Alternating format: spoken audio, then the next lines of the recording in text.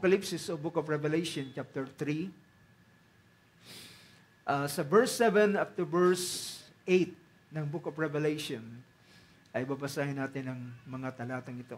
So, sa aking Biblia, ay aking babasahin. Sabi rito ng verse 7, "And to the angel of the church in Philadelphia write, He who is holy, who is true, who has the key of David, who opens and no one will shut, and who shuts and no one opens, says this."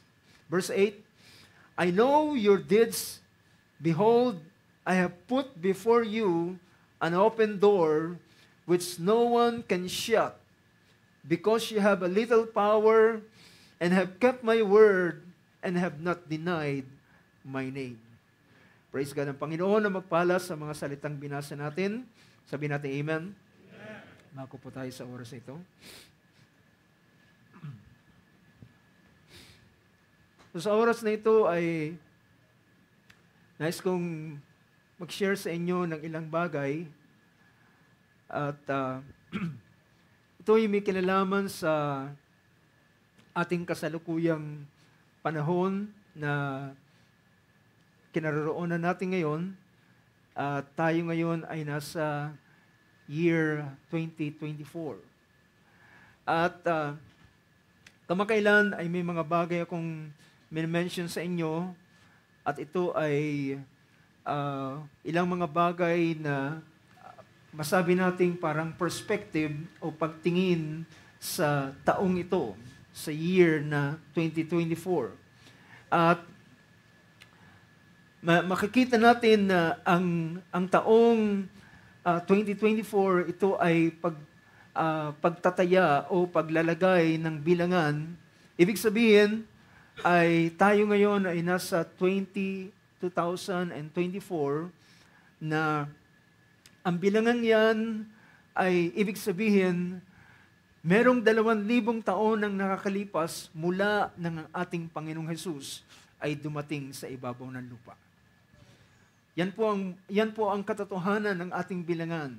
Hindi lamang ito basta bilangan ng taon at panahon, kundi ibig sabihin mula sa pagtataya ng mga historian at ng mga gumagawa ng kasaysayan, ay inilagay nila ang paghihiwalay ng tinatawag na BC and AD, o yung tinatawag na Anno Domini, at yung tinatawag na before Christ. So, ang historian ay inilagay nila na pinaka-sentro at pinaka-meeting point yung pagdating ni Kristo. Yung pagdating ni Jesucristo sa ibabaw ng lupa. So masabi natin mga kapatid na ang ating Panginoong Jesucristo ay hindi siya lamang kasaysayan. Oo, kasaysayan siya pero hindi lamang siya isang kwento. Ang ating Panginoong Hesus ay hindi siya isang myth na kagaya ng nababasa natin sa mga Greek mythology at ilang pang mga kasaysayan tungkol kay Jeronimo, ano pa mang mga klase ng mga taong na malalakas, at ilang pang mga bagay. So, ang ating Panginoong Hesus ay totoong dumating sa ibabaw ng sanlibutan. Amin na sa amen to that. Ang kanyang pagparito dito sa ibabaw ng sanlibutan ay tiyak, at ito ay nasaksihan ng mga tao na ito'y tinawag na mga apostol ng ating Panginoong Jesucristo. Sila ay mga apostles, na ibig sabihin ng salitang apostles ay mga sinugo ng Panginoon. Mga sinugo niya, mga eyewitnesses. So ang mga alagad na yan ay nagpatotoo na sila ay mga saksing totoo, at ibig sabihin hindi lamang sila saksi na false witness, kundi sila ay eyewitnesses. Nakita nila ang ating Panginoon. Kaya nang mababasa natin sa aklat ng 1 John chapter 1, verse 1, sabi ron, "What was from the beginning, what we have heard, what we have seen with our eyes, what we have looked at and touched with our hands concerning the word of life. And the life was manifested, and we have seen and testify and proclaim to you the eternal life which was with the Father and was manifested to us. At ang tinutukoy niya ay ang ating Panginoong Hesukristo. So, ibig sabihin, ang ating Panginoon ay nililinaw ko na ang ating Panginoon hindi siya myth. Siya ay totoo na dumating sa ibabaw ng sanlibutan. At kung totoo ang pagparito ng ating Panginoon sa kanyang unang pagparito, ay totoo rin na siya ay muling babalik.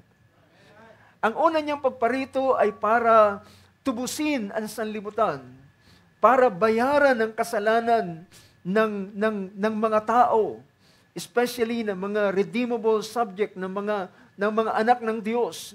Yung mga fallen race of Adam ay para sa kanila ang tinatawag na pagparito ng Panginoon para sa katubusan. Ngunit, ang sabi ng Banal na Kasulatan, siya ay muling babalik. Pero hindi na para tubusin uli ang tao, kundi para kunin na yung mga tinubos niya. So yan ang nilalaman ng Biblia, yan ang nilalaman ng mga salita ng Diyos. Kaya nga pinakita roon ng aklat ng Hebrews chapter 9 verse sa ilang mga talata rito. Sa verse 28, so Christ also, chapter 9 verse 28 ng book of Hebrews, so Christ also having been offered once to bear the sins of many. Sa wikang Tagalog, sabi niya, na si Kristo, at gayon din naman si Kristo, na inihandog na minsan upang dalhin ang mga kasalanan ng marami sa ikalaway pakikita na hiwalay sa kasalanan sa ikaliligtas ng mga nagsisipaghintay sa Kanya.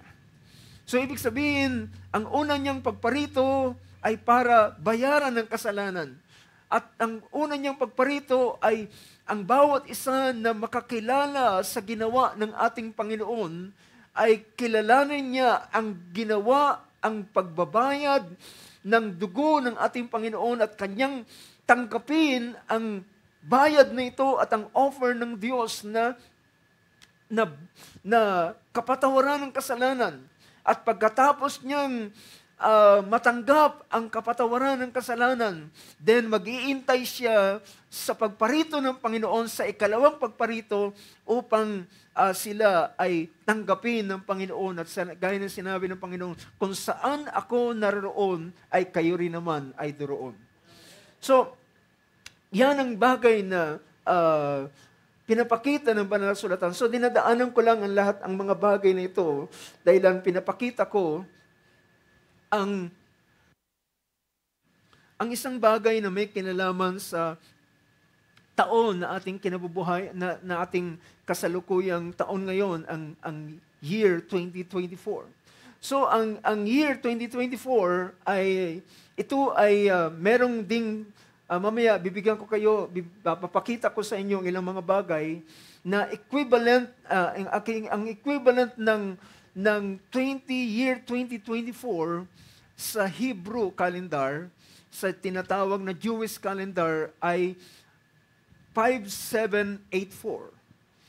So ang tinataya naman ng Hebrew calendar, kung ang ating kalendaryo na tinatawag na Gregorian calendar ay ito ay pinapakita na 2,000 taon, 2,024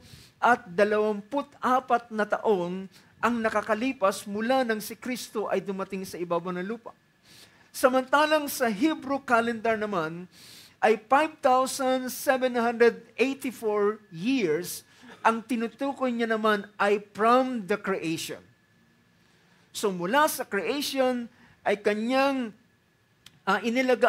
ito yung kanilang pinaka-tinataya. So kapag kung isipin natin bakit magkaiba dahilan ang Gregorian calendar ay nakabase lamang siya mula sa pagdating ni Kristo. Samantalang yung Hebrew calendar ay nakabase siya doon from creation.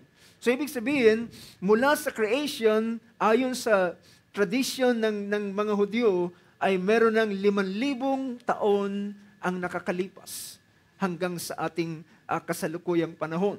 So, ngayon, alam nyo,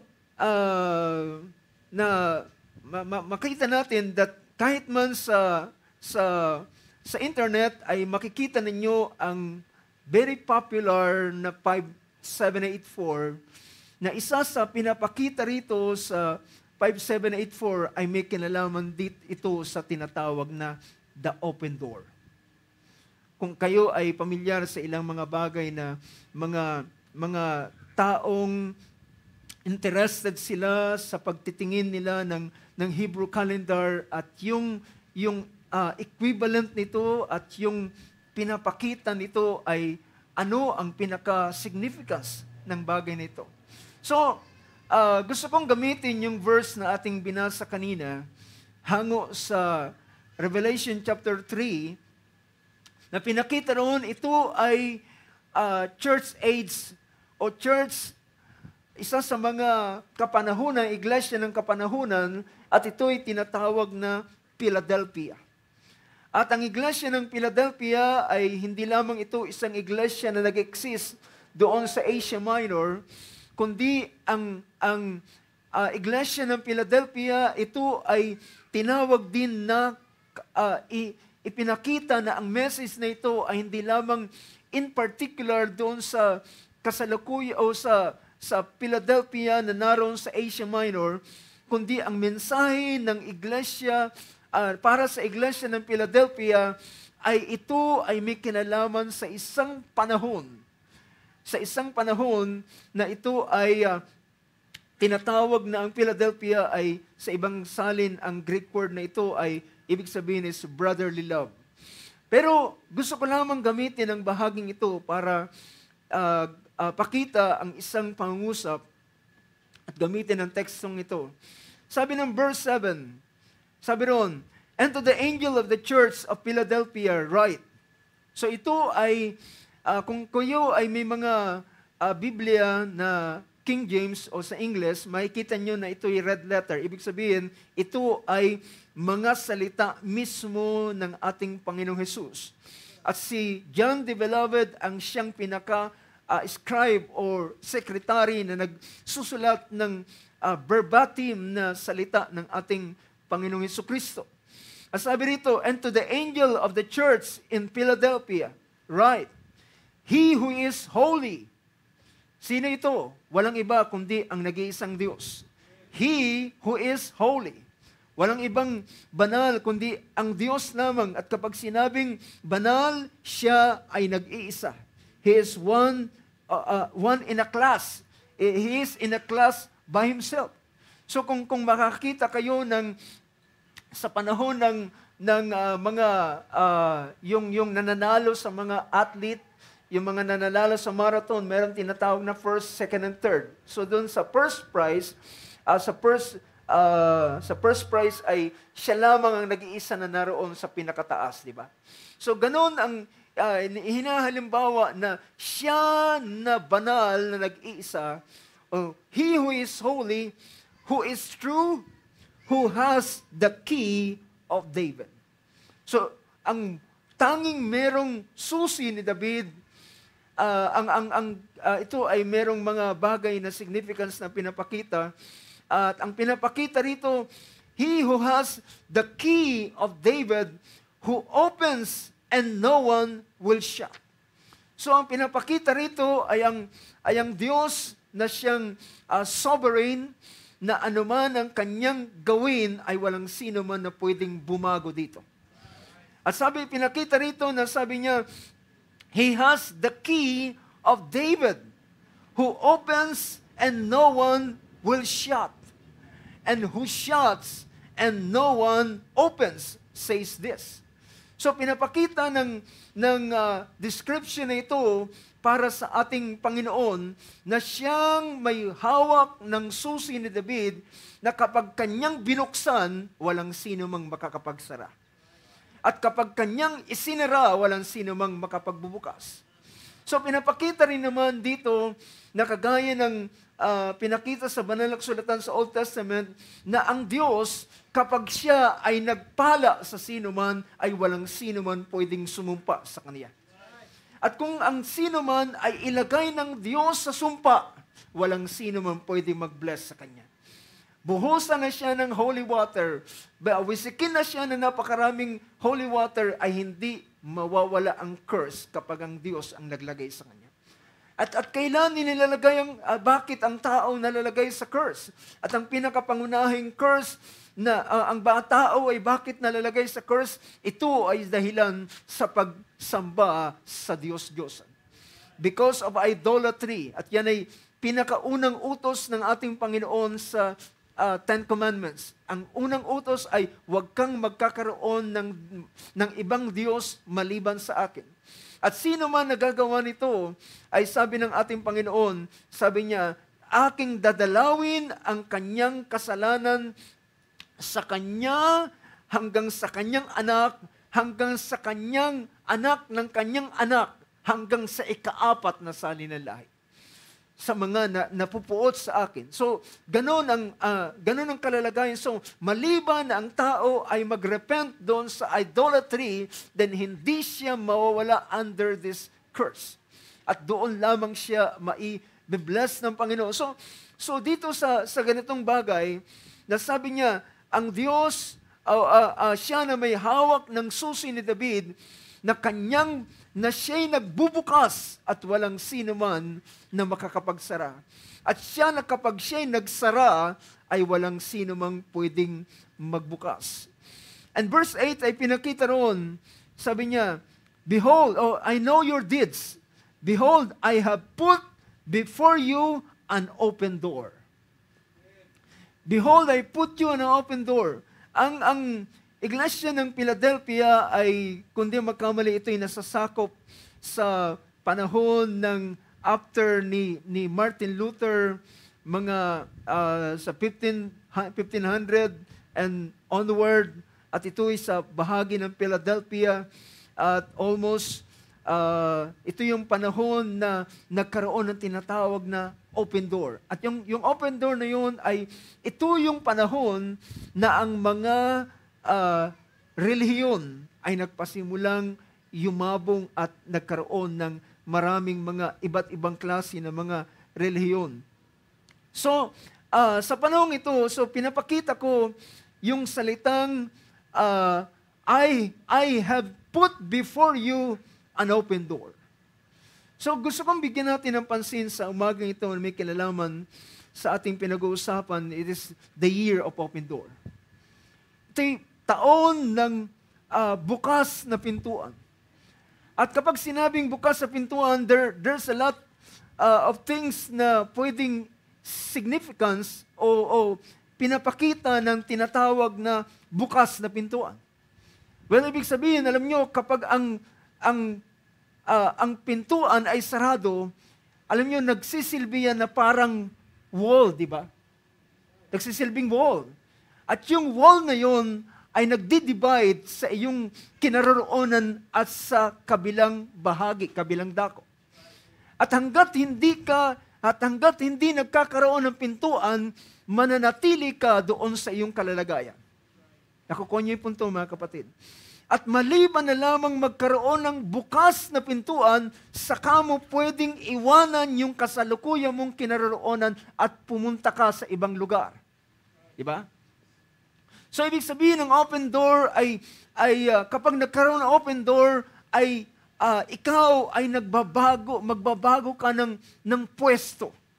Magbabago ka ng kalalagayan. Kung ikaw ay nasa isang dako at kapag nabuksan ang pintuan, then ito yung panahon para pumasok ka. It's either pumasok ka o lumabas ka sa dati mong kinalalagyan ay lalabas ka at papasok ka naman sa isang lugar. Now, alam ko, malimit kapag kayo ay pumupunta sa mall at napaaga kayo, makikita ninyo na karamihan ng mga tao ay nandun sa labas. Alam niyo dahilan kung bakit? Sarado pa yung pintuan ng mall. At naghihintay sila dahilan mostly ang mga mall ay magbubukas, kung di magkamali, mga 10 o'clock in the morning.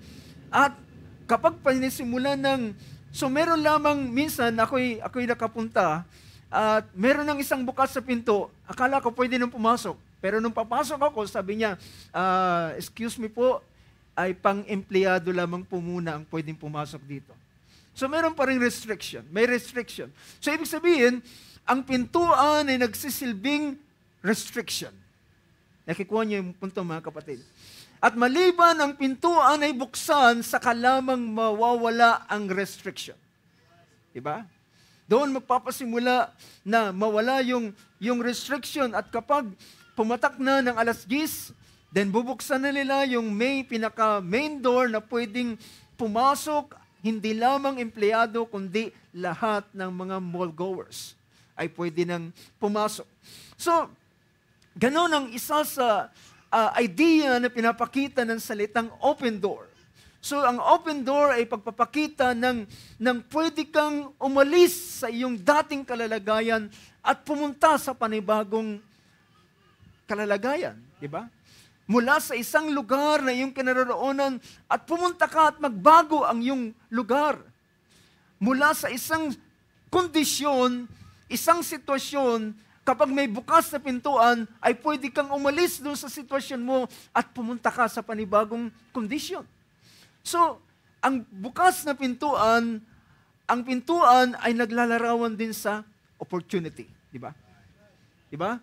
Sabi pa minsan sinasabi nila, mayroong ngayong binuksan ngayon ng ganitong bansa at sila ay nangangailangan ng mga nurses, nangangailangan sila ng mga workers, nangangailangan sila ng mga domestic helper, whatsoever. So ibig sabihin, kapag nagbukas, ay ito ay pagpapakita ng opportunity. So ibig sabihin, kapag pinag-usapan natin, mga kapatid, na ang tinatawag na open door, it's either ikaw ay pwedeng magbago ang iyong kalalagayan at hindi ka manatili sa dating iyong kalalagayan, kundi ikaw ay pumunta sa ibang lugar sa pamamagitan ng tinatawag na pintuan o yung tinatawag na, pwede natin gamitin yung salitang portal, na siyang pinakalagusan mula sa isang lugar papunta sa isang dako. So dahilan sa nabigyan ko kayo ng ilang idea sa bahaging ito, ay gusto kong puntahan natin at aking ibigay ang ilang mga bagay at tingnan ang ating kasalukuyang taon at ang equivalent nito sa Hebrew calendar. So kung pwede kong i-share ang ganitong bagay.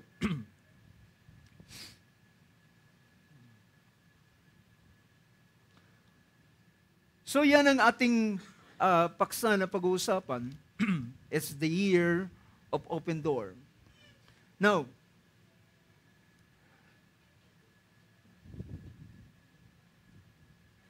ito ang ating kasalukuyang taon. Ang present year natin is, kagaya ng sinabi ko kanina, is 2024. At ang Hebrew calendar, na pinaliwanag ko na rin kanina, ang year ngayon is 5784. So, ang 5784 ay pinakita rito, ilan sa aking nakuha.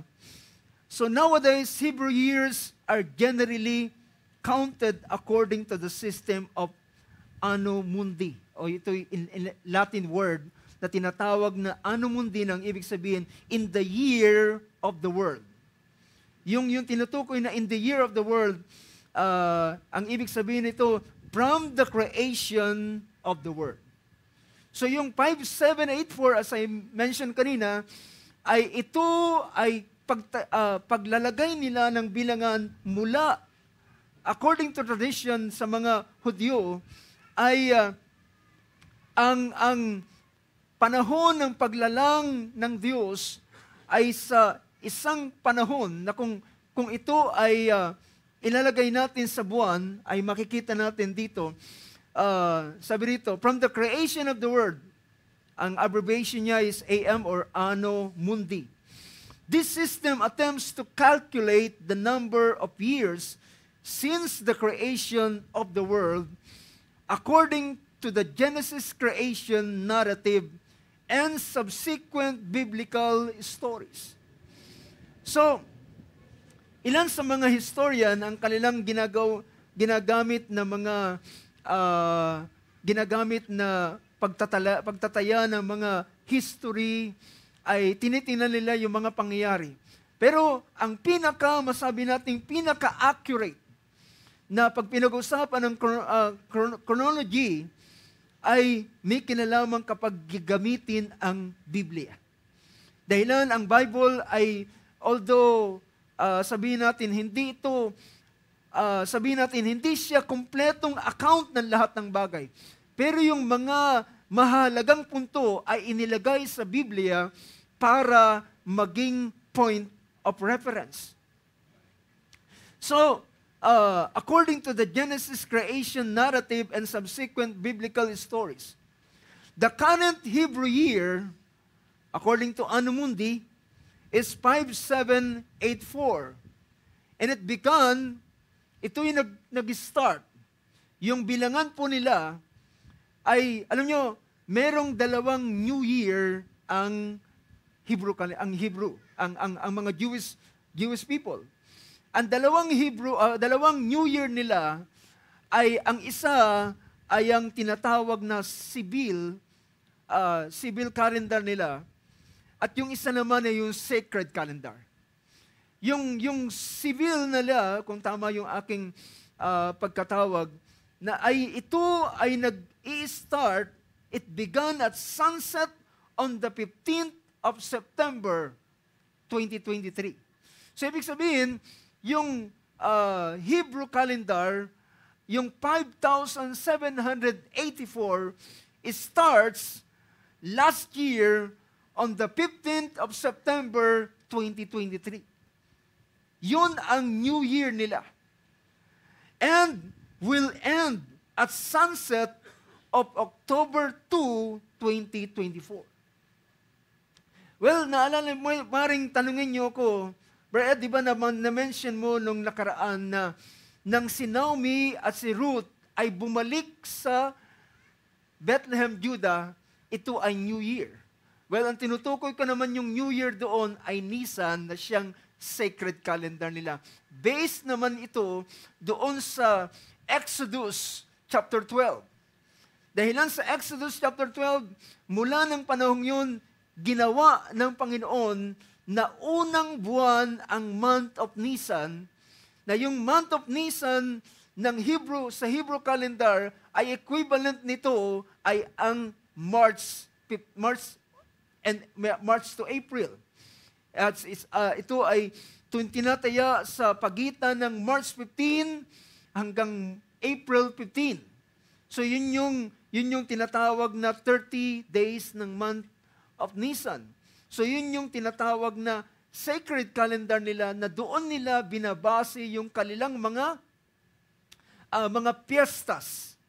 Mga piestas nila ay doon nila tinitingnan sa unang buwan ng month of Nisan, na yun yung month of Nisan na siyang laging pumapatak yung Holy Week natin, di ba?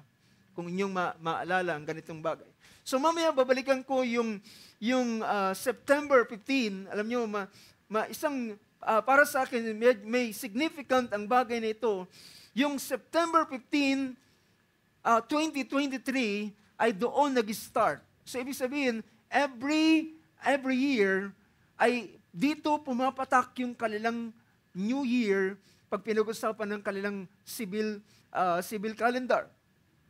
So, it's either sa pagitan ng 15th ng September hanggang sa 15th ng October. So doon nila tinataya ang ganitong bagay. So, ang sumunod na aking bibigyan ng pansin ay ang Hebrew alphabet.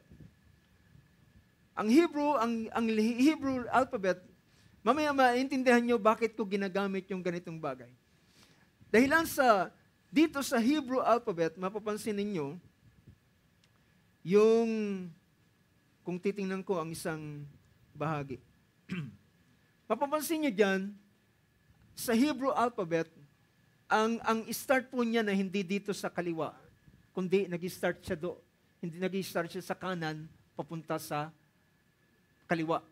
So ang basa niya ay baliktad. Nagbabasa tayo mula sa kaliwa, papunta sa kanan, pero sila nag-start sila sa kanan, papunta dito sa kaliwa. So ang unang letter nila ay yung Aleph, yung Aleph. And then yung Beit, Gimel, and Dalet. Well, bakit ko ginamit yung ganitong bagay? Dahilan ang year 2024, mapapansin nyo, 4 yung nasa dulo. At ang Hebrew calendar na 5784 ay 4 din ang nasa dulo. At alam nyo, sa Hebrew alphabet, ang pang-apat na letra ay yung tinatawag na Dalet. So, Aleph, Beit, Gimel, and Dalet. Alam nyo, yung year 2023 ay ang isa sa tinitingnan ng mga Hebreo, mga Jewish, ay yung panahong yun nasa panahon ng Gimel. Dahilan yung Gimel na ito ay yun yung pang-tatlo sa Hebrew alphabet na equivalent dun sa last digit ng 5783 last year. Pero pagpasok last year ng September 15 ay naging 5784 at yung last digit na 4 ay stands dito sa ika-4 din na Hebrew letter. So sa bahaging ito, now tingnan natin ang isa pang bagay. Now, pinapakita ko ngayon yung Dalet na siyang ika-4, the fourth. So the letter Dalet is the fourth in the Hebrew alphabet. It is equivalent to the number 4. So it is equivalent to the number 4. As the Hebrew word for door, okay? As the Hebrew word, yung Hebreong salita ng pintuan ay yung Dalet is derived, yung Dele, o Delet. Yung word na sa Hebrew, yung pintuan ay Delet. Na nanggaling din ito, it derives from the word Dalet. So, makikita natin sa puntong ito na aking binibigyan ng pansin, ay dahilan sa ang ating taong ito ay kinikilala ng mga Hudyo na ito ay panahon ng open door o ng pintuan, ng bukas na pintuan. So, titingnan natin ano ang mga bagay na nangyayari kapag ang pintuan ay nabubuksan. So, last time ay nabigyan natin ng pansin ang isang talata na pinakita roon sa Book of Psalms na merong tinatawag na appointed time ng kanyang favor. Diba? Kapag merong appointed time ng kanyang favor, ibig sabihin, sa panahon ng kanyang appointed time, meron siyang pintuan ng favor na bubuksan. Diba? It is pintuan ng kanyang favor, pintuan ng kanyang lingap. Can you imagine, as I mentioned last time, na ang Israel ay nakaranas sila ng 70 years captivity.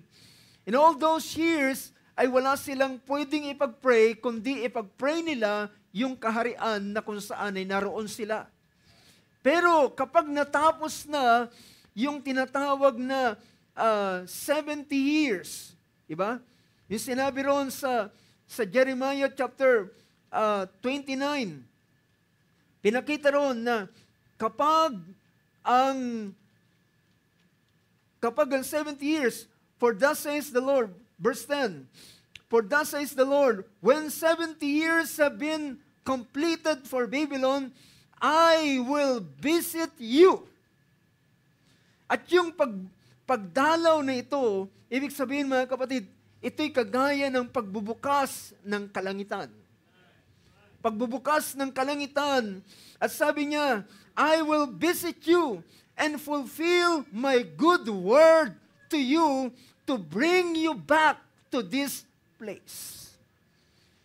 Ibig sabihin, until 70 years ay ma-expired, hanggat hindi na-expired ang 70 years, ang pintuan sa Babylon ay sarado para sa kanila. Mananatili sila sa lugar ng Babylon. Mananatili silang maglilingkod sa hari ng Babylonia. So, ang Israel sa kasaysayan ay dahilan sa kanilang pagsuway, ay inalis sila ng Panginoon sa kanilang lupain at ibinigay sila ng Diyos sa kamay ng kanilang mga kaaway at dinala sila sa isang bansa na hindi nila kilala kahit ang mga lengguwahe ay hindi nila alam. So sa 70 years, sila'y nakakulong doon sa Babylon. For 70 years, nakabilanggo sila doon sa Babylon. Until such time na matapos ang 70 years at dumating ang tinatawag na appointed time ng favor ng Diyos sa kanila. At nang dumating ang appointed time ng favor ng Diyos sa kanila, ang Diyos ay nagbangon ng isang hari na ang pangalan ay Cyrus, na siyang tumalo at gumapi doon sa Babylonian Empire at pinatay yung ang apo ni Nebuchadnezzar at sinakop ang Babylon ng Media and Persia. At pagkatapos din namang yon, ang haring si Cyrus ay nagdeklara ng bukas na pintuan para sa kanila. Amen. Yun ay mababasa natin sa sa book of dito sa book of Ezra. Sa book of Ezra chapter 1 verse 1. Sabi ng verse na yan. So Ezra chapter 1 verse 1, pinakita rito ang ganitong pangungusap. In the first year of Cyrus, king of Persia, in order to fulfill the word of the Lord by the mouth of Jeremiah, the Lord stirred up the spirit of Cyrus. So yung prophecy ni Jeremiah, para ito ma-fulfill na dadalawin ng Diyos ang Israel, ay sabi niya, the Lord stirred up the spirit of Cyrus, king of Persia, so that he sent a proclamation throughout all his kingdom and also put it in writing. Thus says Cyrus, king of Persia, the Lord, the God of heaven, has given me all the kingdoms of the earth, and he has appointed me to build him a house in Jerusalem, which is in Judah. Whoever there is among you of all his people, may his God be with him. Let him go up to Jerusalem. See? Nagbukas ng pintuan si Cyrus. Sabi niya, sino man sa inyo ang natitira na mamamayan ng Israel, ay sabi niya, bayaan sila ay pumunta sa Jerusalem. Let him go up to Jerusalem, which is in Judah, and rebuild the house of the Lord, the God of Israel. He is the God who is in Jerusalem. So, dito ay nagkaroon ng open door. See, yung open door na ito na dating nakabilanggo sila doon sa loob ng Babylon, ay dumating ang panahon, wow! Makakalis na kami sa Babylon. At last, after 70 years, 70 agonizing years, sa loob ng 70 taon na nagdurusa at naghihirap sila. Alam niyo, merong isang awit na, ang awit ay By the Rivers of Babylon. Ang lyrics na yun ay nagsasabing, hango yun sa Book of Psalms, By the river of Babylon, there we sat down, and there we wept when we remember Zion. Ang Zion ay Jerusalem. See, naroon kami sa river of Babylon. Umiiyak kami dahilan ang naaalala namin ay ang Jerusalem, ang Zion. Dahilan ang pinaka-sentro na ibinigay ng Panginoon sa kanila ay ang Jerusalem at naroon ang center of their worship. Naroon ang kanilang pagsamba at ang pinakamahalagang factor o bahagi ng buhay nila ay ang kanilang Diyos, ang kanilang pagsamba sa Diyos. Yun ang pinakamahalagang bagay sa kanila. So, ang awit na yun na nagsasabi, galing yun sa Book of Psalms, By the river of Babylon, there we sat down, and there we wept when we remember Zion. And, meron pang isang bahagi ron, and our enemy, yung kaaway nila, ay sabi niya, hinihimok nila kami na umawit. See? Gusto nilang umawit kami. Sabi niya, paano kami aawit habang nakikita na nalalaman namin ang Jerusalem ay wasak? See? Paano kami aawit? Yun yung sabi ng awit na yun. So, pero dito, after 70 years, when God's appointed time has come, then God opens the door of Babylon. At nang mabuksan ito, nang sinira ng Diyos ang Babylon, walang pwedeng lumabas at pwedeng pumunta sa Jerusalem. Diba? Ang sabi ng Panginoon, idalangin ninyo, pagdating nyo sa Babylon, mag-asawa kayo, magpamilya kayo, mag-anak kayo, dahilan may mahabang panahon kayong mag-stay sa lugar ng Babylon. At idalangin ninyo ang kabutihan ng Babylon. Dahilan ng kabutihan ng Babylon ay inyong kabutihan din naman. Pero sabi niya, pag dumating na natapos na ang 70 years, ay aking dadalawin kayo. At aking bubuksan ng pintuang, hallelujah, sa inyo. Kaya sabi roon, kung babalikan natin yung Jeremiah 29, ay pinakita roon na doon sa verse nating binabasa sa verse 11, For I know the plans that I have for you, declares the Lord, plans for welfare and not for calamity, to give you a future and a hope. Ang aking plano ay hindi masama, hindi masama ang aking plano sa iyo, kundi para sa iyong kabutihan, para bigyan ka ng bukas at mainam na pag-asa. Verse 12, Then you will call upon me and come and pray to me, and I will listen to you. See, panahon ng open door, panahon ito ng pangapanalangin na bibigyan ng tugon ng Panginoon. Sabi niya, sa araw na yun, ang langit ay bukas din. Sa araw na yun, kayo ay dadalangin sa akin at ako'y makikinig. See? Dati ang kanilang prayer ay may kinalaman lamang sa Babylon, pero ngayon kapag nanalangin sila. Ano sabi rito? And you will seek me and find me. When you search for me with all your heart, I will be found by you, declares the Lord, and I will restore your fortunes and will gather you from all the nations and from all the places where I have driven you, declares the Lord, and I will bring you back to the place from where I sent you into exile. Ibig sabihin, bubuksan ng Panginoon ng pintuan at makakalabas uli sila. And praise God, mga kapatid, ang pinakamasayang pangyayari sa buhay ng Israel nang si Cyrus ay nag-declare ng isang declaration at kanyang tinatakan ng kanyang siksing ng lahat ng mga Israelita ay pwede nang umalis at bumalik doon sa kanilang bayan na kanilang pinanggalingan. Dahilan natapos na ang 70 years at ngayon ang Diyos ay nagbukas na ng pintuan. At nang binuksan niya ang pintuan, walang sino man pwedeng magsara nito. Ito'y mananatiling nakabukas. At nang buksan ang pintuan, mga kapatid, ito yung panahon bago nangyari ang declaration ni Cyrus, mga kapatid.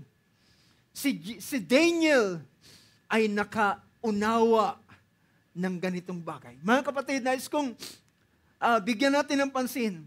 Sa panahon ng open door, hindi lamang ang lugar ang mababago, hindi lamang ang mga opportunity ang mababago. Ang langit ay bukas din para sa mga bagong kapahayagan ng Diyos. Tingnan ninyo, nang si Daniel, sa Daniel chapter 9, ay nangusap siya ng ganitong bagay. In the first year of Darius, the son of Ahasuerus, of Median descent, who was made king over the kingdom of Chaldeans. In the first year of his reign, I, Daniel, sa wikang Tagalog, sa unang taon ng kanyang paghahari, akong si Daniel, ay nakaunawa sa pamamagitan ng mga aklat ng bilang ng mga taon na sinalita ng Panginoon kay Jeremias na propeta. So sa panahon ng open door, mga kapatid, pati ang langit, ang mga kapahayagan para sa kanyang kasalukuyang salita ay kanyang bubuksan din naman. I hope you get this point, brothers and sisters. Sa panahon, sa oras na yun, 70 years, hindi nabigyan ng pansin ni Daniel. Dahilan si Daniel ay buhay na saksi. Young people pa siya nang pumasok siya sa Babylon. At ngayon, may edad na siya, 70 years, nang ginugol niya doon sa loob ng Babylon. At sa panahon ngayon, nang makita niya ang ilang mga kaganapan,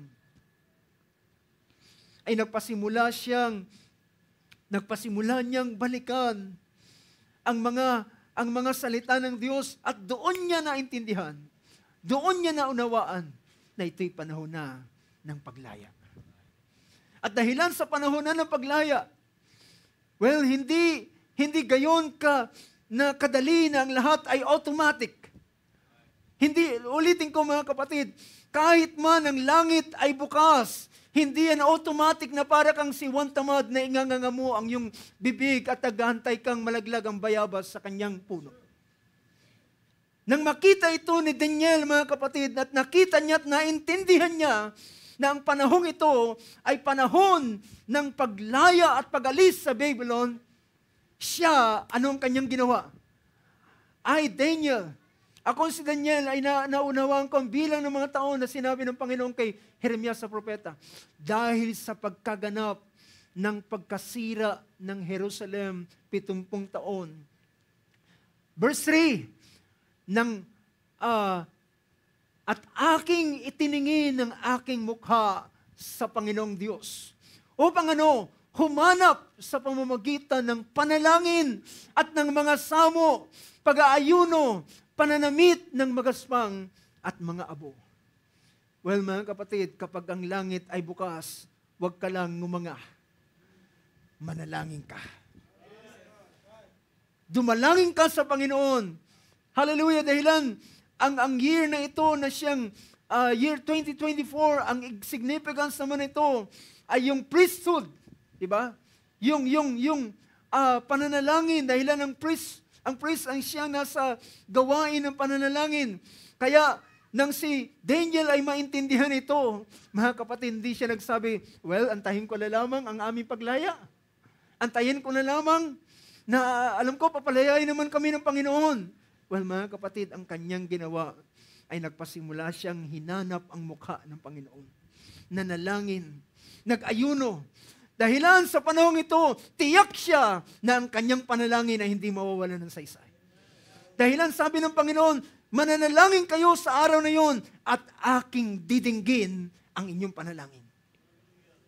At kung hahanapin ninyo ako ng buong puso, ay inyo kong masusumpungan. So mga kapatid, dahilan alam ni Daniel, walang masasayang na panalangin ngayon. Dati ang instruction ng Panginoon ay panalangin lamang sa Babylon, pero ngayon, naintindihan niya na kung siya'y mananalangin para sa Jerusalem, tutugunin ng Diyos. Kaya makikita ninyo ang mahabang prayer ni Daniel sa chapter 9. At sa panahong ito, ay kanyang ginugol ang kanyang panahon sa pananalangin at pag-aayuno. Hindi niya, inihiwalay niya ang kanyang sarili, hindi siya kumain, hindi siya tumikim ng mga pagkain para sa kanya, kundi kanyang dinala ang kanyang sarili sa pananalangin. And brothers and sisters, hindi siya binigo ng Diyos. Alam niyo kung bakit? Dahilan meron ng bukas na pintuan. May bukas ng pintuan. At sabi rito, habang siya ay nananalangin, ang kanyang dinalangin, mga kapatid, hindi lamang siya basta nanalangin. Ang kanyang ginawa, kinonfess niya ang kanyang kasalanan. Kinonfess niya ang kasalanan ng kanyang bayan. Ikinonfess niya ang kasalanan ng mga bagay na nagawa ng Israel, ng kanyang mga magulang sa mahabang panahon at kanyang isinamo. At sabi rito, sa kanyang pangungusap, sabi niya, pinakita niya tingnan natin ang pangungusap. Verse 15. Sa haba ng kanyang prayer, and now, O Lord our God, who have brought your people out of the land of Egypt with a mighty hand and have made a name for yourself, as it is this day, we have sinned, we have been wicked, O Lord, in accordance. Now, talo natin sa verse 17. So now, our God, pansinin niyo ang kanyang pangungusap. So now, our God, listen to the prayer of your servant. Sa oras na ito, halos kinukumand niya ang Diyos. Nakukuha niyo yung punto ko, mga kapatid? Ganon siya ka-bold, ganon siya ka-confident na kanyang salitain. Sabi rito, kaya nga Panginoon, o aming Diyos, iyong dinggin ang panalangin ng iyong lingkod. Sabi, parang niya sinasabi, Panginoon, makinig ka, pakinggan mo ako. What a prayer, brothers and sisters. Listen to the prayer of your servant and to his supplication. And for your sake, O Lord, let your face shine on your desolate sanctuary. Alam niyo, ibig sabihin ng pagsilang ng kanyang mukha, ito ay ang kanyang favor. Oh my God, incline your ear. O Diyos ko, ikiling mo ang iyong tainga at iyong dinggin, idilat mo ang iyong mga mata at masdan mo ang aming kasiraan. What a prayer. What's the reason bakit nananalangin siya ng ganitong bagay with such a confidence like this? Because he know the heaven is open. There is an open door. Hallelujah. Praise God. Incline your ear. Verse 19. Sabi niya, O Panginoon, dinggin mo. O Panginoon, patawarin mo. Nakita niyo yung klase ng prayer niya? He is almost commanding God. See? Siya ay nag-uutos sa Diyos, Panginoon, pakinggan mo. O Panginoon, ipatawad mo.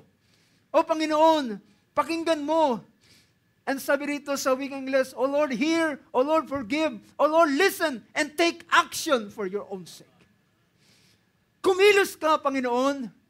Gumawa ka, O Diyos. Well, hindi na ito masasayang dahilan alam niya there is an open door.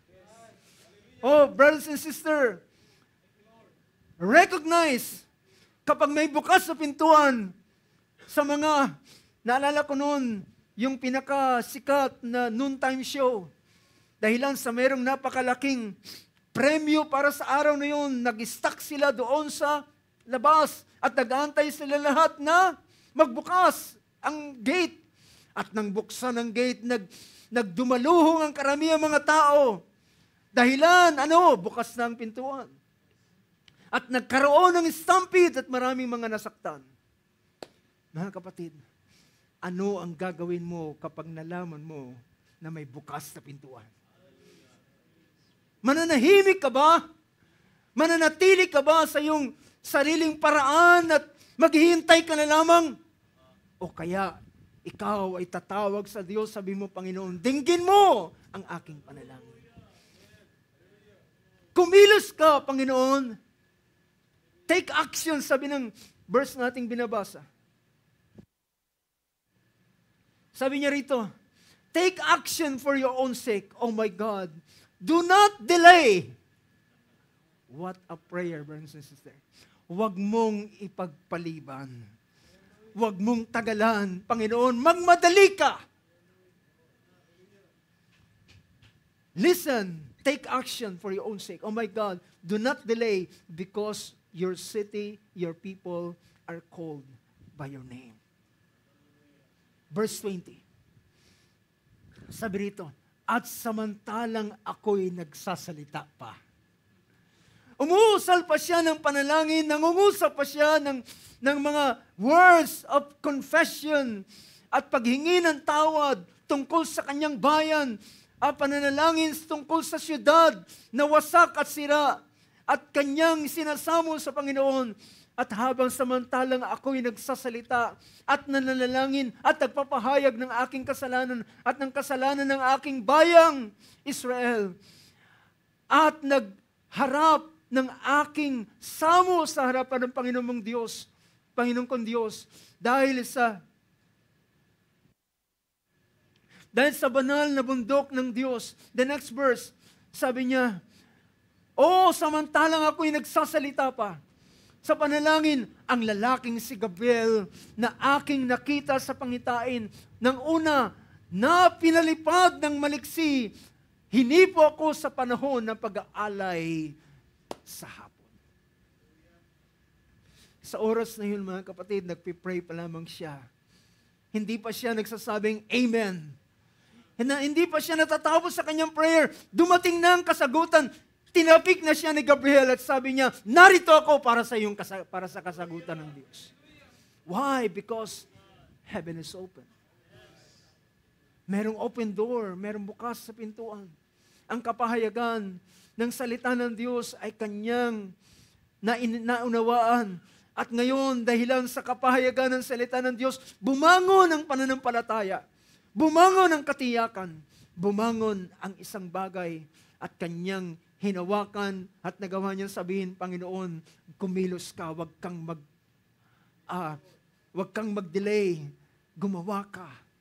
At mga kapatid, right away, praise God, ang Diyos ay nagsugo ng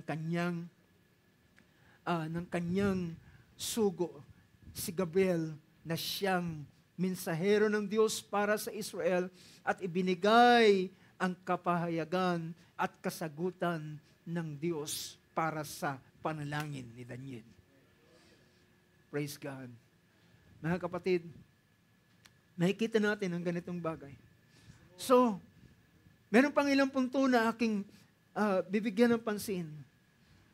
Well, as I have mentioned kanina, mga kapatid, pag dumating ang panahon ng open door, praise God, it is about time na hindi ka na mananatili sa dati mong kalalagayan.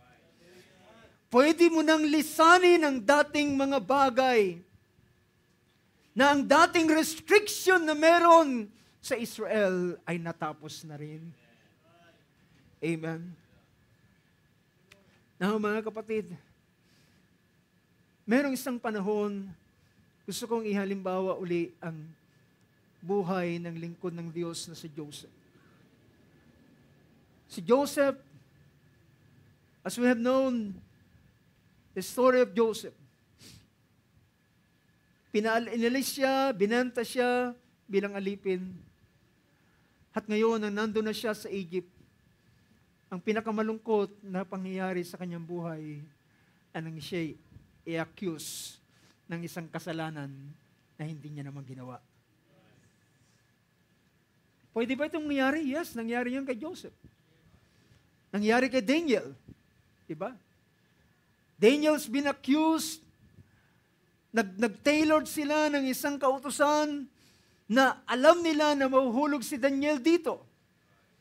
Naglagay sila ng 30 days na walang pwedeng tumawag sa Diyos, sa ibang Diyos maliban sa hari lamang. At alam nila, wala silang makitang butas kay Daniel sa pamamalakad sa kanyang paglilingkod. Nakakita sila ng butas sa kanyang paglilingkod sa Diyos. At unang araw pa lamang nang ibinaba ang kautusan, laglag na kagad si Daniel. At dito si Joseph, siya ay inaccuse ng isang kasalanan na hindi naman niya kailan ginawa. At siya ay nagdusa sa kulungan. At siya ay inilagay sa piitan, sa isang dungeon. Alam niyo yung dungeon? Ang dungeon, hindi po yan yung magagandang kulungan sa Amerika. Ang gaganda ng kulungan sa Amerika, pinturado, naka-tiles, air-condition, masarap ang buhay doon. Meron akong isang kapatiran na naranasang makulong. Nung lalaya na raw siya, sabi niya, parang ayaw ko nang lumaya. Dahil ang sarap ng buhay, libre kain, libre lahat. Pag lumabas ka sa Amerika, kailangan mo magkayod ng iyong sarili. At sabi niya, parang ayaw ko nang lumabas sa kulungan. But brothers and sisters, ang dungeon ay hindi ito magandang piitan. Ito ay usually nasa ilalim, nasa mga tunnel, madilim, at bukod sa roon, hindi lamang siya nandun, kundi nilalagyan pa sila nilalagay sa stock. Yung paa nila at yung kamay nasa stock at nakalagay sila doon. But later on, si Joseph ay dating maraming nakalagay sa stock. Pero later on, dahilan, God was with Joseph. Ang favor ng Diyos ay na kay Joseph. But the right time has not yet come. Diba? Diba? Yung merong favor ng Diyos na laging nariyan sa iyo all the time, pero meron siyang special favor na mangyayari sa tamang panahon. You get the point? Ang ating favor na binibigay ng Diyos, from day to day, day in, day out, ay naranasan natin ang kanyang favor. But there is a certain favor na ito ay in an appointed time. And you have to wait for that appointed time until the door was open. So, dito nang si Joseph ay kulong nung una nakalagay sa stock, pero dahilan nalugod sa kanya yung pinuno ng jail doon, naging magaan ang loob sa kanya, at sabi niya, ginawa siyang kanang kamay. Siya na ngayon ang merong responsibility doon sa mga kinukulong doon sa lugar na yon. At isang araw, dumating ang dalawang lalaking galing kay Pero. Di niya alam na ito na pala yung mitzah. Ito na pala yung tinatawag na pasimula. Na naginip yung dalawa at malulungkot sila, nangapangalumbaba at nilapitan ni Joseph. Joseph was so concerned kahit doon sa kanyang mga inmates. Concerned siya doon. Nakita niya malungkot yung dalawa. Hindi maipinta yung kanilang mukha. At sinabi niya, bakit kayo malungkot? Yung pala nagkukwentuhan yung dalawa, sabi niya, nanaginip kasi kami, kami may magkaibang panaginip. Di namin maintindihan. Now, makikita ninyo, sa panahong ito, ang favor ng Diyos ay gumagawa kay Joseph. At sabi niya, bakit hindi niyo sabihin sa akin? Hindi bagat ang interpretation ay galing sa Diyos? See? At kinuwento nilang panaginip. Kinuwento ng butler ang kanyang panaginip. Sabi niya, kinuwento niya panaginip. Sabi niya, 3 araw, yung 3 uhay ay 3 araw. 3 araw, lilipas, ibabalik ka ni Paraon sa iyong dating posisyon. At maglilingkod ka uli ng alak kay Paraon. Ang ganda ng interpretation, sabi niya, ako rin ay may panaginip. Sinabi niya yung panaginip niya, mayroong 3 basket at doon sa pinakataas ay naroon ang mga pagkain at tinuka ng mga ibon yung nasa dulo ng pangatlong basket. Sabi ni Joseph, 3 araw, ikaw ay papatawag at ikaw ay bibitay at kakainin ng ibon ang iyong katawan.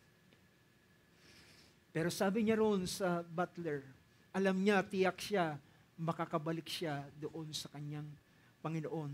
At sabi niya, kapag ikaw ay nakabalik na, alalahanin mo ako. Alalahanin mo ako.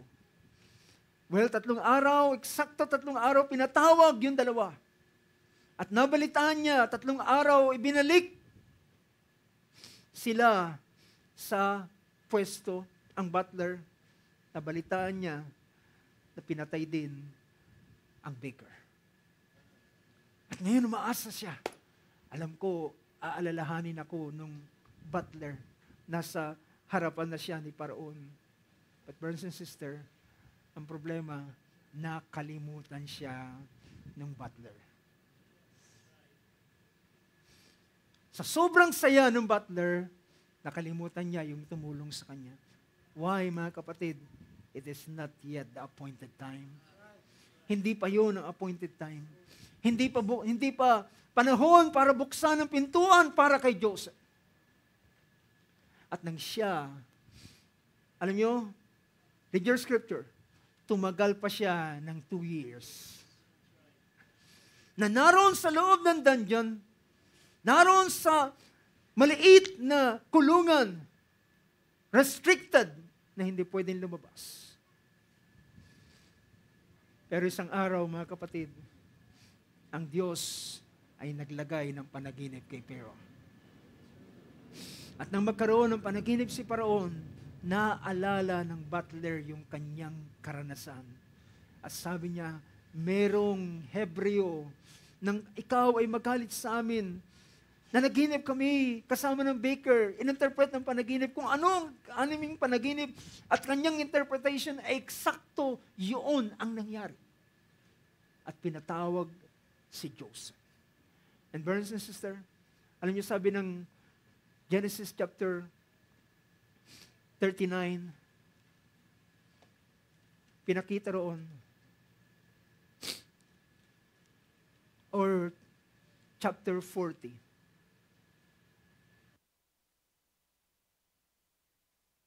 you know, for me, ang 4 ay nakita natin kanina ay may significance. Di ko alam, maring pwede natin sabihin nagkataon na naisulat ang pangyaring ito in the 41st chapter of Genesis. At naroon yung number na 4. At alam natin yung 4, ang ibig sabihin, ang pinapakita ng 4 is the fourth letter of the Hebrew alphabet na ibig sabihin the let or the door. Verse 14 ng chapter 41 ng Genesis. Ang sabi riyan, then Pharaoh, pagkatapos niyang managinip at pagkatapos niyang ikwento ng butler ang kanyang karanasan. Verse 14, then Pharaoh sent and called for Joseph, and they hurriedly brought him out of the dungeon.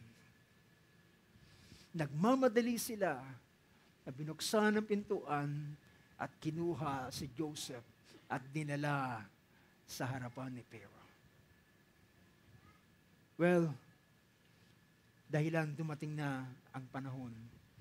Dumating na ang appointed time. Dumating na ang panahon, ang pintuan ng favor ng Diyos para na may kinalaman sa kanyang plano at layunin ay kinakailangan ng maganap. Dahilan, mag-start na ang 7 years of plenty and it will follow by 7 years of famine. At nang siya yumarap kay Paraon, then sabi rito, brought him out of the dungeon. See? Ang pintuan ay naging bukas, inilabas si Daniel, and when he had shaved himself and changed his clothes, he came to Pharaoh. And Pharaoh said to Joseph, I have had a dream, but no one can interpret it, and I have heard it said about you that when you hear a dream, you can interpret it. Verse 16. Joseph then answered Pharaoh, saying, Is it not in me? It is not in me. God will give Pharaoh favorable answer. Alam niyo ba mga kapatid, isa po sa meaning o sa meaning ng dalet ay poor man. Ito ay ginagamit na door, ginagamit sa salitang door, at ito rin naman ang isa sa ibig sabihin is poor man.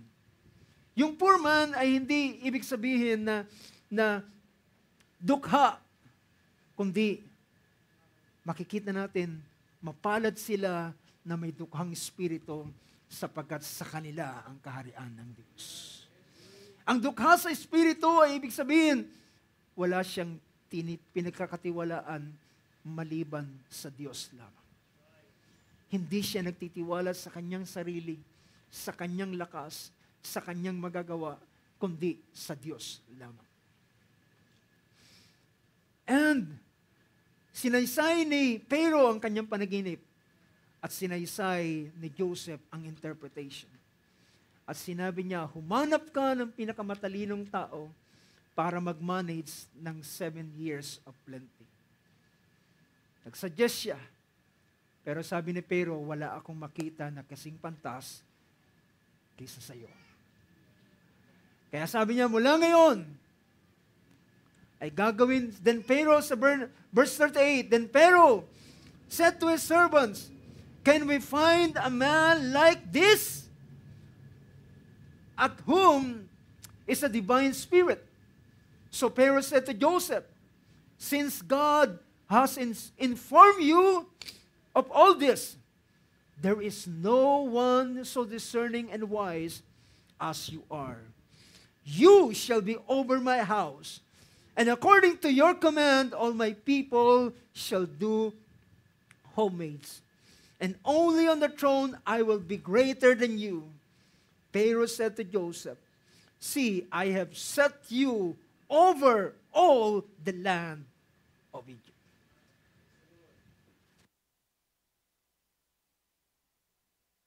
Well, mga kapatid, nang mabuksan ang pintuan, wala nang nakakapigil kay Joseph. Kahit man yung kanyang, pwede sabihin, convicted criminal yan. Diba? Meron niyang kaso ng attempted rape. But brothers and sisters, this is God's favor now, and the door has been opened. At wala nang makakapigil sa ganitong bagay dahil ng Diyos na ang nagpasya sa sangkalangitan at kanyang binuksan ang pintuan kay Joseph. Now, mga kapatid, meron pang ilang bagay pero ang ating oras ay hindi magiging sapat.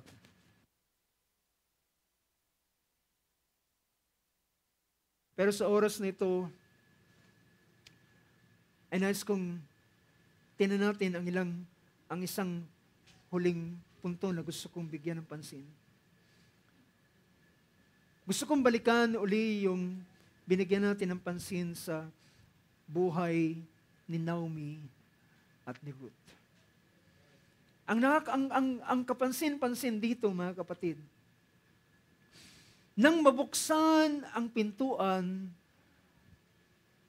ng biyaya at pagpapala para sa Bethlehem, Judah, na for almost 10 years ay iniwanan ni Naomi kasama ng kanyang pamilya, kanyang asawang si Elimelech, at pagdating niya doon sa Moab, ay doon sila nakaranas ng ng mga trahedya sa buhay.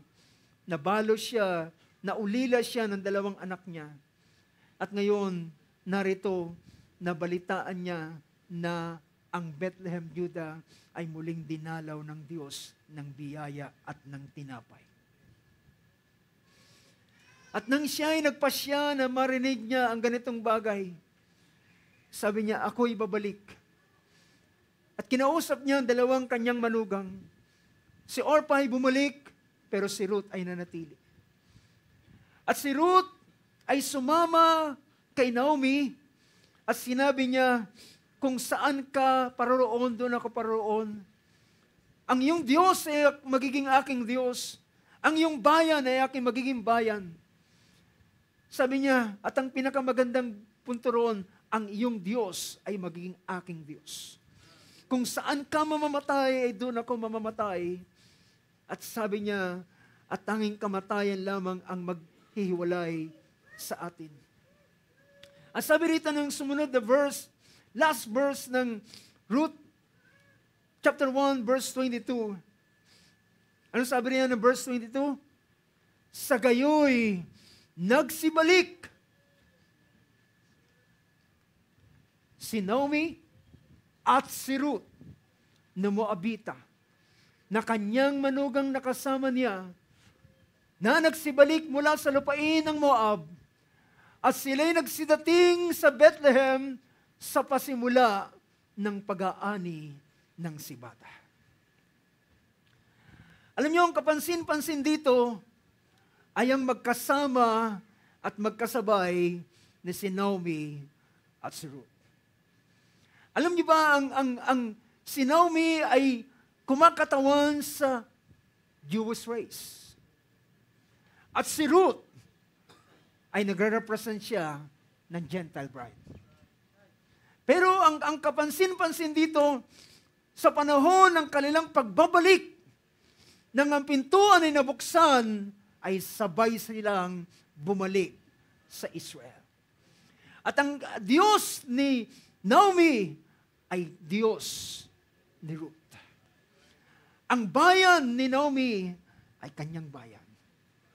Ang kanyang pananampalataya na kanyang inaakap ay kanya na ring pananampalatayang inaakap. At sa panahon ng tinatawag na bukas na pintuan kay Naomi, ay bukas din na pintuan para kay Ruth.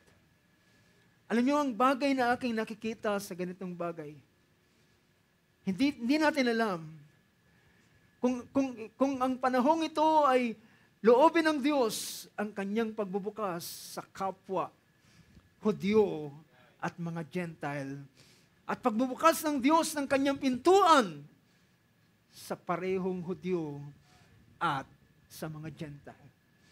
Habang ang Diyos ay gagawa sa mga Hudyo, ay gagawa rin naman siya ngayon sa Gentile bride. Hallelujah. At sa panahon ng masaganang pag-aning ito, panahon ito ng ng redemption. The day of redemption is near. Ang panahon ng katubusan, alam natin ang katubusan ay iba sa tinatawag na tayo ay pinatawad sa ating kasalanan. Yung tinatawag na lubos na katubusan. Ito yung sinabi ng Ephesians chapter 1, verse 13, na sinabi roon ni Paul sa kanyang pangusap.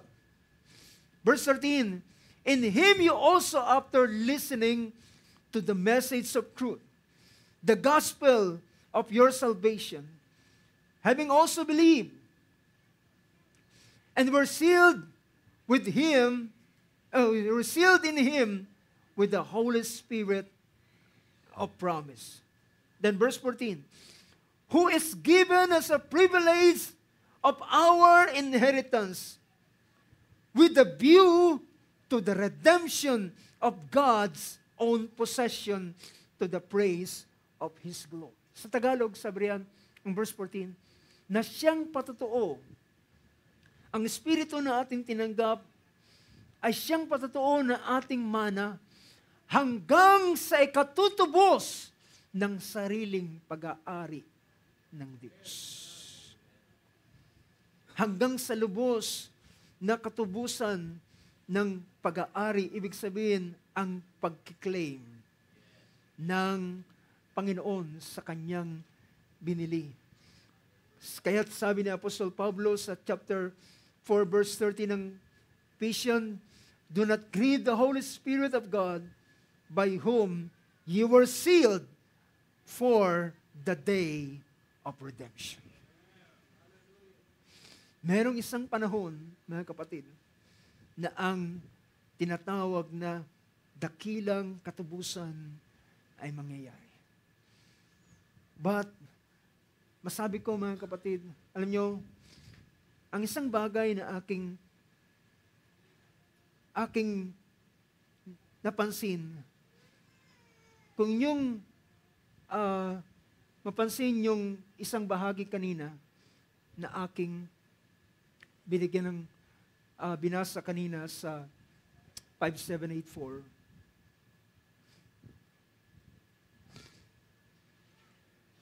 Isang portion dito na ang 5784 ay nag-start last year. This system attempts to calculate the number of years since the creation of the world according to the Genesis creation narrative and subsequent Bible stories. The current Hebrew year, 5784, began at sunset on the 15th September 2023. Meron ako napansin dito, mga kapatid. And I hope makarelate kayo. Alam niyo ba kung kailan tayo nag-start dito sa ating gawain? We start on the 17th of September 2023. Na ito pala yung pasimula ng tinatawag na 5784 ng Hebrew calendar na pagpapakita ng isang bukas na pintuan according sa tinataya nila sa perspective na ito ng Jewish Hebrew calendar. Well, mga kapatid, I don't know kung ito ay nagkataon o kung ito ay ang Diyos ang siyang nag-ayos ng lahat ng mga bagay. But for me, ito ay merong mahalagang significance sa mga anak ng Diyos sa huling maaraw nito. Na nagpapakita na merong pagbubukas ng pintuan. At kung ang panahong ito ay panahon ng pagbubukas ng pintuan, then meron kayong bagay na mararanasan. At ang karanasan yan ay hindi mo yan mararanasan na ikaw ay nananahimik. Magpasimula mong hanapin ang kanyang mga salita. Tingnan ang kanyang mga pangako. At mula sa kanyang mga pangako ay magpasimula kang manalangin at alam mo na ang pangako ito'y para sa iyo, then start to pray for it. To pray for this. I-claim mo ang mga bagay na alam mo na ito ay pangako ng Diyos para sa kapanahunan niya. At kung ito man ay personal na pangako ng Diyos sa iyo, at ang bukas na pintuan, at ang pintuan ay bukas na, then walang prayer mo na mahuhulog sa lupa. You can fast, you can pray. Pwede kang mag-ayuno at ang iyong pag-aayuno ay hindi mawawalan ng saysay.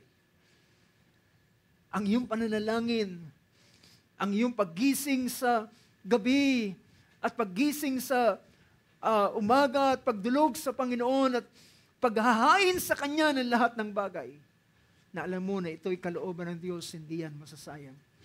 Dahil ang sabi ng banal na kasulatan, Hebrews chapter 11, verse 6, pinakita roon, and without faith it is impossible to please Him, for he who comes to God must believe that He is, and that He is rewarder to those who seek Him. Sa ibang version, who diligently seek Him. Kung hahanapin mo siya ng buong puso, ay masusumpungan mo siya. Hindi masasayang ang iyong prayer. Ang iyong panalangin ay magiging isang alaala ng Diyos na ilalagay niya sa bahagi, sa kanyang alaala at sa takdang panahon. Kagaya ng ginawa ng Diyos kay Cornelius. Dinalaw siya sa panahon ng pagbubukas ng pintuan ng Gentile. At dinalaw siya ng Diyos, sabi niya kay Cornelius, Cornelius, ang iyong prayer at ang iyong paglilimos ay hindi ko kinalimutan. Ginawa ko itong alaala sa aking harapan. At ngayon, sabi niya, dumating ang panahon, magpasugo ka ng tao, patawag mo ang lalaking nagngangalang Pedro. Siya ang magsasalita sa iyo ng mga bagay na gusto kong sabihin. Mga kapatid, pagdating ni Peter, doon nabuksan ang pintuan ng biyaya ng Diyos para sa Gentile. At ang mga unang mananampalatayang Gentile ay tumanggap ng Holy Spirit. Now, brothers and sisters, ano ang ating mga bagay na maranasan kapag ang pintuan ay bukas?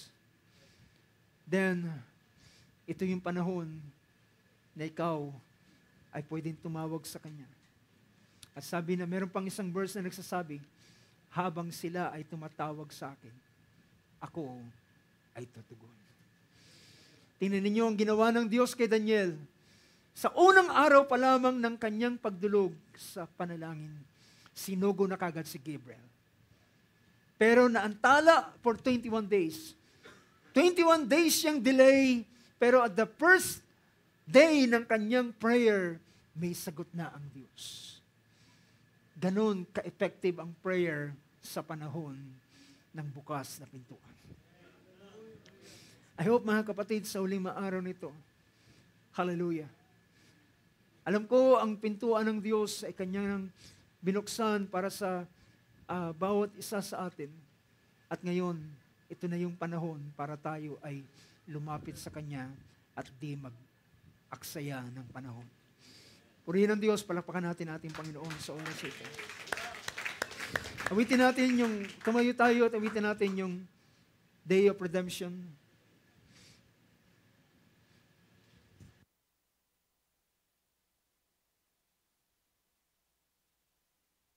Praise God.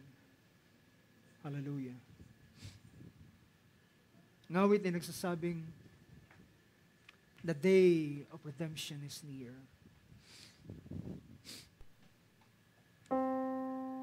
Wonderful Jesus.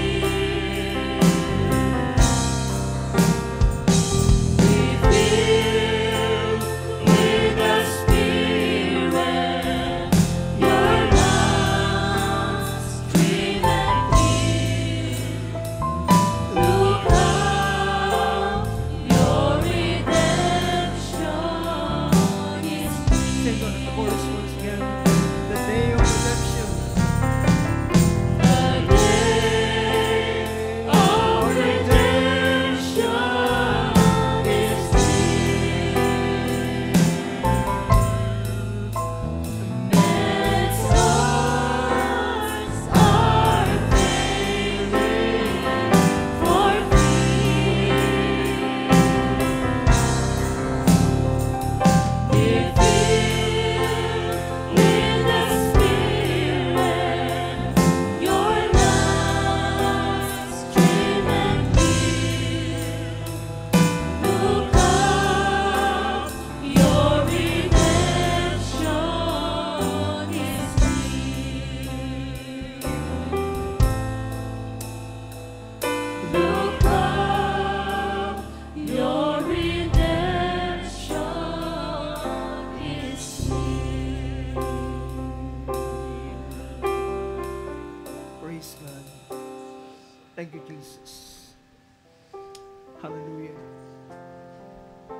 Well, mga kapatid, kung ikaw at ang bawat isa sa atin ay sumasampalataya,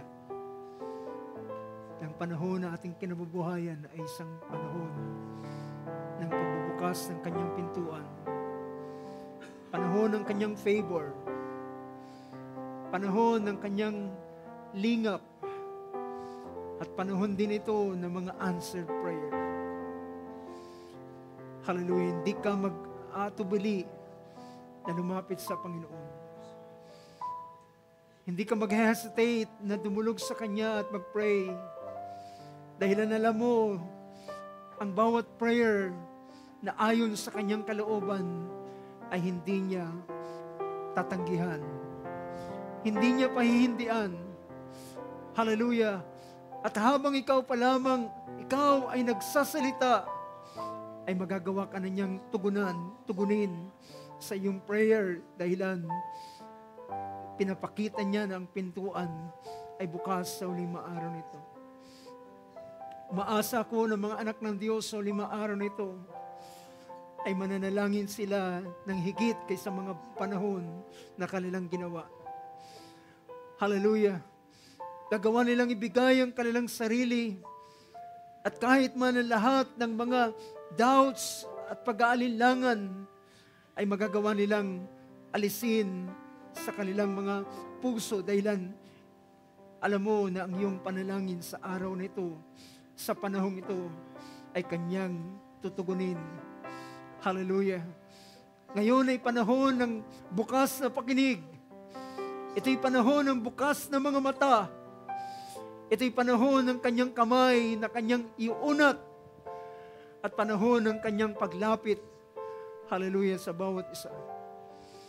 Ang wika ng ating Panginoon, behold, I stand at the door and knock. If anyone shall hear my voice and opens the door, I will come into him and sup with him and he with me. Maaari pala mga kapatid na ang pintuan ay ikaw ang siyang magbubukas. Dahilan may mga panahon na siya mismo ay kumakatok.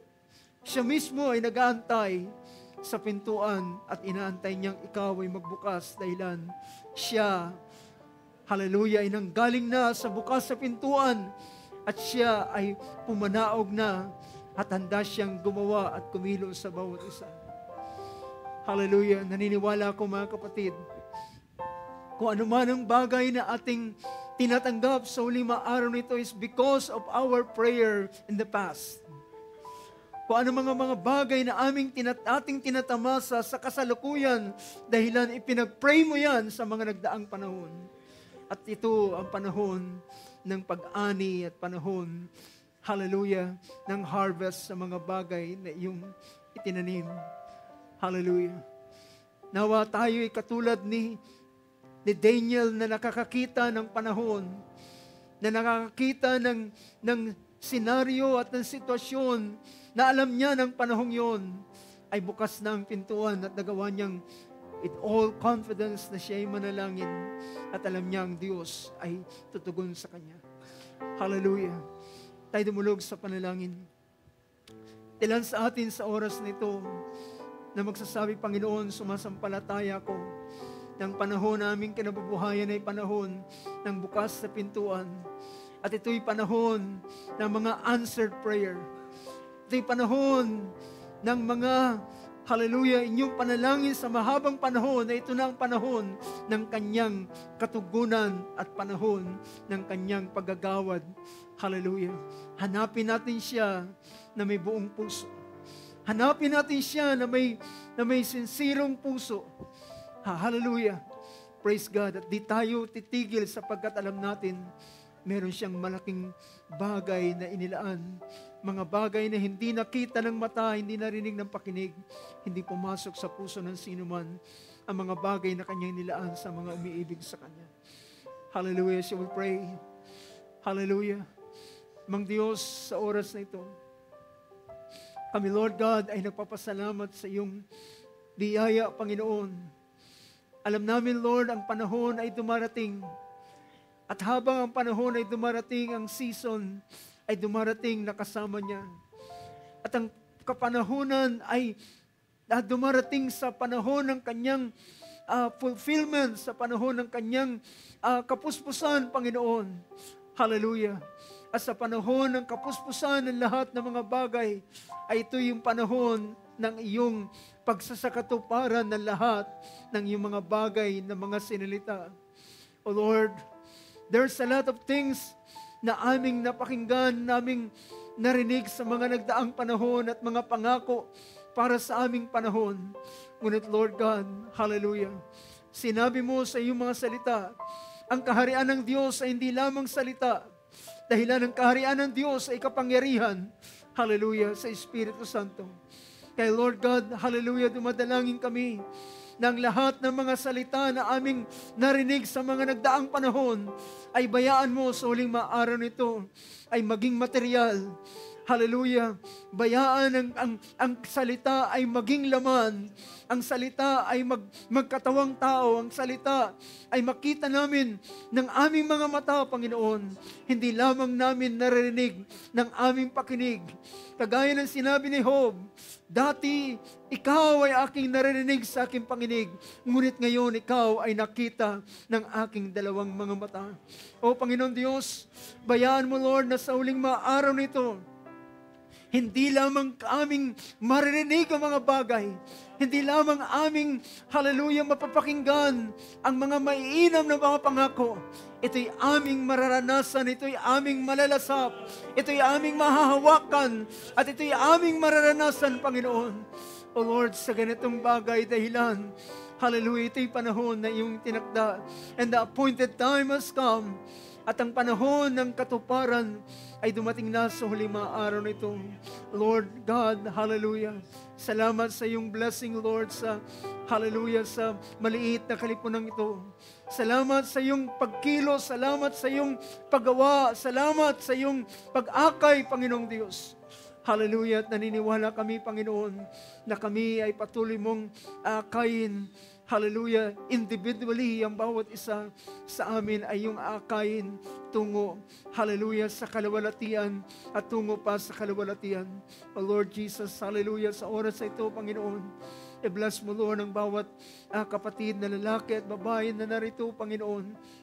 Dalhan mo ang kanilang mga puso ng kaunawaan at pagkakilala. Hallelujah, kagaya ng sinalita ni Apostol Pablo, may the spirit of wisdom and revelation, hallelujah, ay dumating sa bawat isa sa amin. Hallelujah, and the eye of our understanding be open, Lord, at mabuksan ang aming mga mata ng pangunawa sa mga bagay na iyong inilaan, sapagkat ito na, hallelujah, ang panahon na iyong tinutukoy sa bawat isa sa amin. O Lord, maraming salamat, Panginoon Diyos. Maraming salamat. At Lord, hallelujah, kahit man ang aming mga panauhin, mga bisita namin na nakasama sa oras na ito, I pray for your blessing for them, O Lord. Ang iyong biyaya sa kanila, Panginoon, ang pagsama mo sa kanila, ang pagpapala mo sa kanila, umuwi man sila ng kanilang mga dako at lugar, O Diyos, Lord God, samahan mo sila. Bayaan mo ang blessing mo, Panginoon, ay sumagana pa sa kanila, Panginoon, not materially, kung ito'y nagagawa mo sa amin, kundi kahit man sa spiritual na mga bagay. Hallelujah, sa iyong biyaya na may hatid na kaligtasan, Lord, ay ibuhos mo sa kanila, Panginoon, at bayan mga bawat isa, hallelujah, ay mga ligtas ang kanilang mga buhay, Panginoon Diyos. Lord, hallelujah, patuloy naming tinatanaw, hallelujah, sa huling araw nito, ang mga bagay na iyo pang gagawin, Panginoon, sa bawat isa amin. At nais namin ihanda ang aming mga puso, Panginoon, sa mga bagay na iyong nais pang gawin sa huling araw nito, at amin itong pinapasalamatan at sinasampalatayanan. O Lord, maraming salamat sa iyo. Nais naming dalhin sa prayer, Lord, ang kahilingan ng pamilya, Ilaw, Panginoon, sa pangunguna nila, Barliobi, Sister Lisa at kanyang buong mag-anak, at ang pamilya rin naman ni Teresa, Panginoon, ay dinadalangin namin, O Diyos, sila'y paroroon at mahingibang bansa Dalangin namin ang iyong pag-iingat sa kanila, Panginoon. Mula sa pag-alis nila sa araw ng Tuesday, Lord, hanggang sa sila'y makarating sa bansa na kanilang paroroonan. At sa panahon na sila'y nananatili doon, ang iyong pag-iingat ay iyong igawad sa kanila, Panginoong Diyos. At maging ligtas silang makarating doon at sa kanilang pagbabalik ay ligtas at payapa rin silang muling makabalik sa tahanan at muli namin silang makasama at makafellowship, Panginoon Diyos. Lord, maraming salamat at bayaan mo, Panginoon, ang iyong kagandahang loob ay sumama sa kanila at ang iyong kabutihan at ang iyong biyaya, O Diyos, at ang iyong pag-iingat ay gumawa sa kanila. Purihin ka, O Diyos. Hallelujah. At Lord God, kahit man sa oras na ito, ang mga salita na aming pinag-usapan, ay ingatan namin sa aming mga puso at di namin pababayaan ang anumang bagay na gawa ng kaaway na magkuha ng mga bagay nito at amin itong tatanganan sa iyong biyaya sa bawat isa amin. Ito ang aming dalangin, ito ang aming pagpapasalamat, ito ang aming pagdakila at pagluwalhati sa dakilang pangalan ng aming Panginoong Kristo Jesus. Ang lahat ng sabi, Amen. Praise God. So we say, praise the Lord. Amen. Ating palakpakan natin, Panginoon, sa oras na